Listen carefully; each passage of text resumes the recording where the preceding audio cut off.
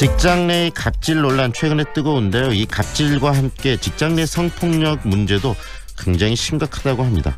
최근 여성 변호사회가 실시한 조사에서 변호사나 의사와 같은 전문직 여성 절반이 직장 내 성폭력 경험이 있다라는 이야기를 하기도 했다고 하는데요. 사실 전문직에게만 이런 문제는 한정 지을 수는 없을 것이라는 생각도 들고요. 또 이렇게 변호사나 의사처럼 자기의 주장을 할 수 있는 그런 위치에 있는 사람들도 성폭력이나 성 문제에 있어서 직장 내에서 노출돼 있다면 우리 사회에 좀 더 이런 부분들을 개선을 확실히 해야 되지 않을까, 그때가 되지 않을까라는 생각도 들기도 합니다. 관련 이야기 들어보겠습니다.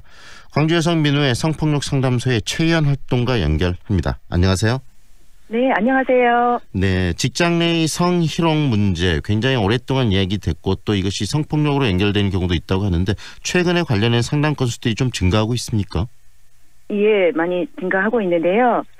한국 사회에서 미투 운동이 일어난 이후에 권력형 성폭력 사건이 검찰이나 또는 문화예술계 내를 포함해서 전 분야에서 터져 나왔는데요.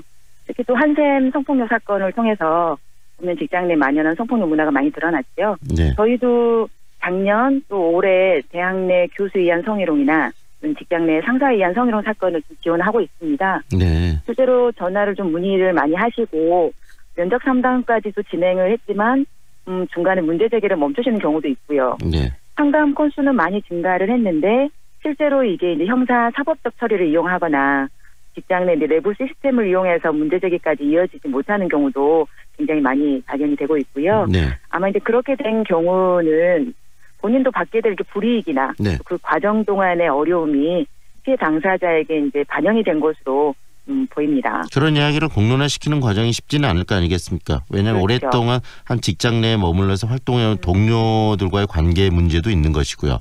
또 그 네. 문화도 있기 때문에 굉장히 어렵게 이야기들을 꺼내실 거라는 생각하는데 실제로 이 상담들을 많이 하실 텐데 상담 과정에서 그 나타나는 그 이야기들을 통해서 이 직장 내 퍼져 있는 이 성에 대한 어떤 부정적인 그 성폭력의 문제들이 어떤 형태로 나타나고 있는지도 좀 설명을 해 주시죠.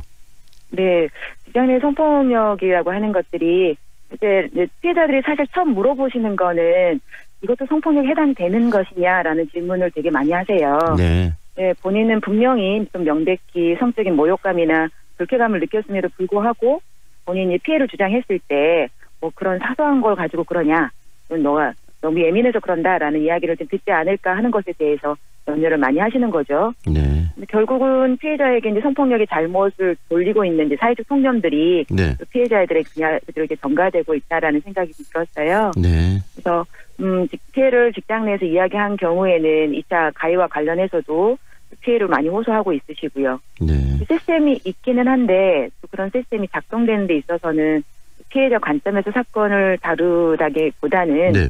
그래서 이 문제를 빨리 좀 해결하는데 방점을 두고 있다 보니까 그 과정에서 피해자의 권리가 잘 보장되지 않거나 그러는 등의 2차 피해를 입게 되는 과정에서의 어려움, 그런 것들도 많이 호소하고 계십니다. 네, 직장 내에서 일어나는 이런 성폭력들이 가지고 있는 어떤 특징이 좀 있겠죠?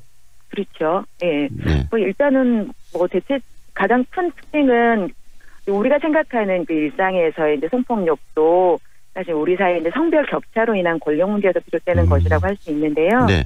직장 내 성폭력은 이러한 성차별적 인식이 직장 안의 수직적인 이제 구조와 맞물리면서 발생을 하고 있습니다. 그래서 가장 큰 특징이라고 하면 권력 관계에서 발생한다는 점이 될 수 있을 것 같습니다. 네, 주로 상사에 의해서 일어나는 네. 경우들이 많겠네요.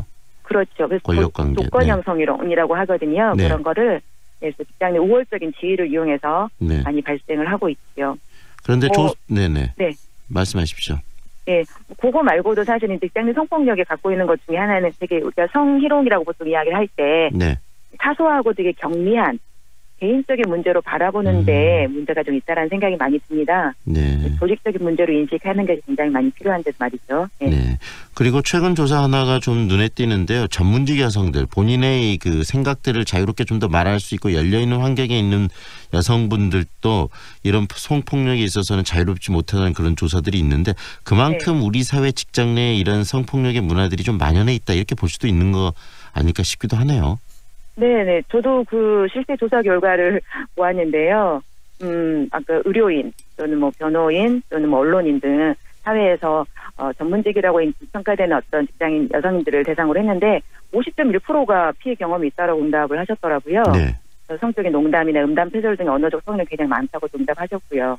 그래서 직장 내 성희롱은 사실은 그 직장의 업무적인 성격 이 문제가 아니라 그 조직 내 문화에서 비롯된다는 거를 단적으로 보여주는 거라고 좀 생각이 좀 되어집니다. 네. 그래서 우리 사회에 이제 성차별적인 인식과 문화가 직장에도 예외 없이 영향력이 있기 때문에 사실은 어떤 조직이든 발생할 수 있다고 생각을 합니다. 네. 그래서 어디에서 발생했느냐의 시선을 집중하기보다는 네. 발생 이후에 그 조직 내에서 대응을 어떻게 했느냐에 또 혹시 더 보다 많은 관심이 필요할 것으로 보이거든요. 방금 말씀하신 것처럼 네.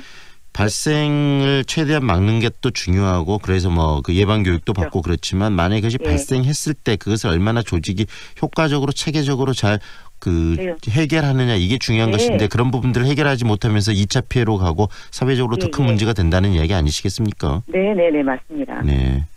그런 부분들을 우리가 좀 가져가기 위해서 좀 필요한 어떤 시스템, 결국은 이런 것을 개인의 문제가 아니고 어떤 조직의 시스템과 그런 것들을 미리 예방할 수 있는 사회적인 시스템들이 갖춰줘야 되는 거 아니겠습니까?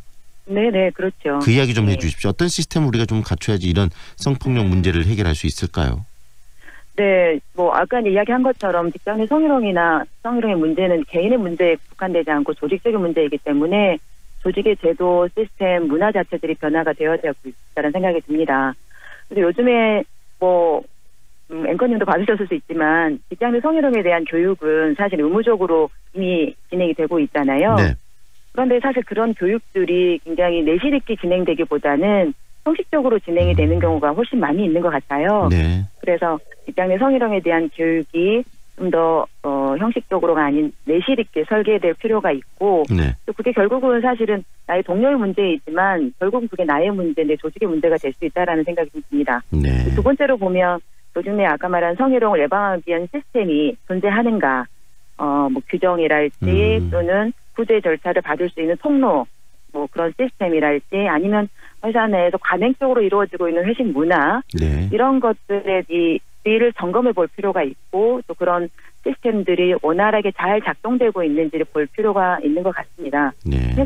지금 생각해 보면 우리 조직 안에서 성희롱이 발생한다면이라고 상상을 해봤을 때 네. 각자가 생각한 답이 나올 것 같은데 사실 그 답이 우리 조직의 현실이라고 생각이 좀 되어지기도 합니다. 네. 네.